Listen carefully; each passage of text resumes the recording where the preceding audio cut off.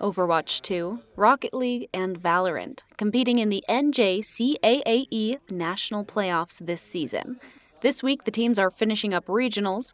Luca, Lucas, and Cade with the Overwatch 2 team say there are some big differences between esports and sports, like the communication.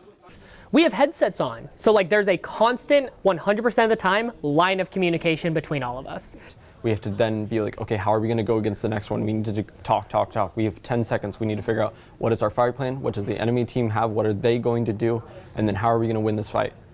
Then there's a lot happening on the screen in front of you, and trying to process it all can sometimes be a challenge. It is also visually overstimulating.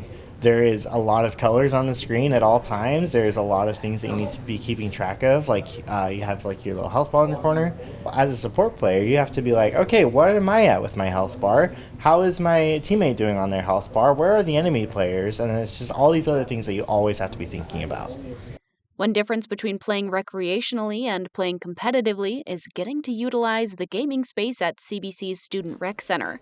Daniel, Tyler, and Tice on CBC's Rocket League teams say it brings a new advantage to get to play on the best of the best equipment. For me, I find that having an esports facility to play at kind of brings more of a culture, in the sense that everything means more.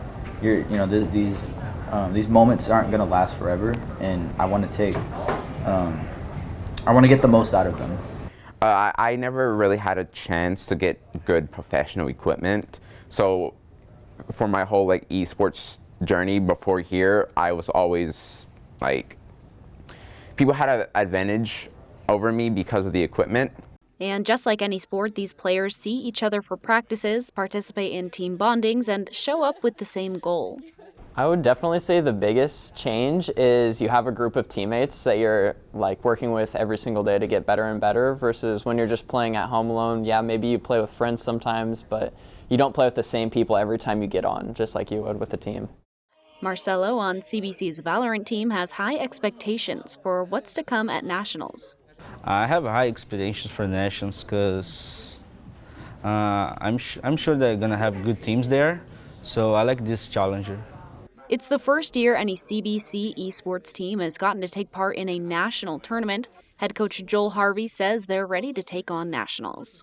Just seeing outside practice, they're in voice calls together playing games. I can see that they're communicating, having team dinners at each other's houses, and really just bonding at that level. And I feel that's a big part of just any other athletic sport. And while Overwatch, Rocket League, and Valorant may go over some of our heads, these players have an understanding of those games that's strong enough to send them out to compete against the best in the country. In Pasco, Riley Fitzgerald, Apple Valley News Now.